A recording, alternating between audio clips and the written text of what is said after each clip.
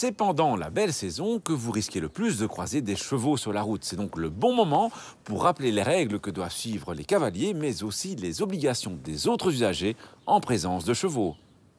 Avant de prendre la route, pouvoir maîtriser sa monture, donc commencer dans des clubs, dans un endroit fermé, pouvoir tourner à gauche, tourner à droite et surtout s'arrêter. Je crois que c'est le plus important, la maîtrise de la monture. Et puis penser à sa protection personnelle aussi. Voilà, le casque n'étant pas obligatoire, mais fortement conseillé. En tout cas, pour les jeunes cavaliers, n'hésitez pas à mettre un casque. En cas d'accident, de chute, c'est toujours préférable d'avoir une protection au niveau de la tête. Sans compter qu'il faut essayer de se rendre visible aussi. Voilà, par temps mauvais, n'hésitez pas, on en a les gilets fluorescents, les protections fluorescentes pour les chevaux. Donc c'est toujours intéressant en cas de lever du soleil, coucher du soleil, en cas de brouillard, d'avoir une visibilité importante. Le gilet classique qu'on peut trouver dans le commerce facile, on le met au-dessus de sa veste, il n'y a pas de souci. Par ailleurs, rappelons qu'un cavalier est un conducteur et le reste, même s'il conduit son cheval à la main. Et il ne peut par exemple pas faire usage de son GSM en le tenant en main ou circuler en état d'imprégnation alcoolique. Le cavalier doit circuler le plus près possible du bord droit de la chaussée et n'est pas admis sur les trottoirs ou les pistes cyclables par exemple. Par contre, en dehors des agglomérations, un cavalier peut emprunter un accotement de plein pied situé à droite de la route. Le cavalier doit indiquer ses changements de direction par un mouvement du bras. Le galop est interdit en agglomération, mais pas le fait de trottiner. Le cavalier peut être très jeune, puisqu'il est permis de monter seul à cheval sur la voie publique dès l'âge de 14 ans et à partir de 12 ans si l'on est accompagné d'un cavalier âgé d'au moins 21 ans. Et il faut 16 ans pour conduire un attelage.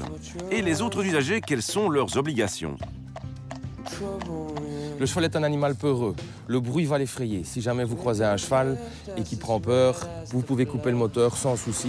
Ça va en tout cas le rassurer. Alors quels sont les bruits qui lui font peur particulièrement ?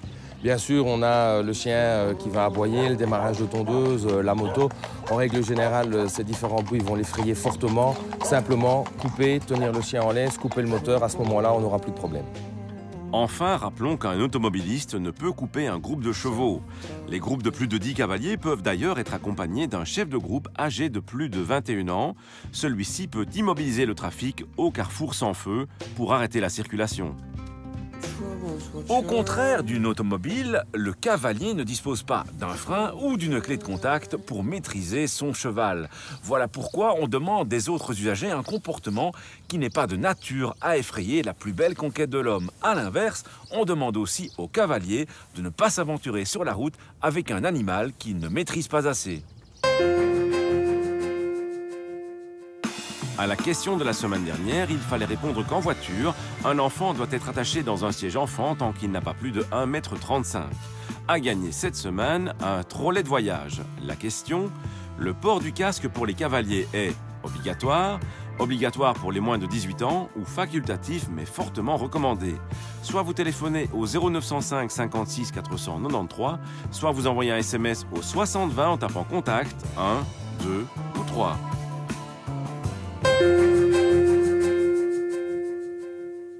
Pour être efficace, la ceinture doit être portée correctement. Veillez ainsi à ce que le baudrier passe sur l'épaule et plus précisément sur la clavicule, et certainement pas sous les aisselles comme le font certains. Car en cas de choc, la cage thoracique serait écrasée. Évitez de tordre la ceinture en la plaçant. Quant à la partie ventrale, elle doit reposer sur les hanches et non sur l'estomac. Pour les femmes enceintes, ni le baudrier ni la partie ventrale ne doivent peser sur le ventre, mais doivent être placés comme dans cet exemple. Enfin, la ceinture doit être plaquée au corps pour être efficace.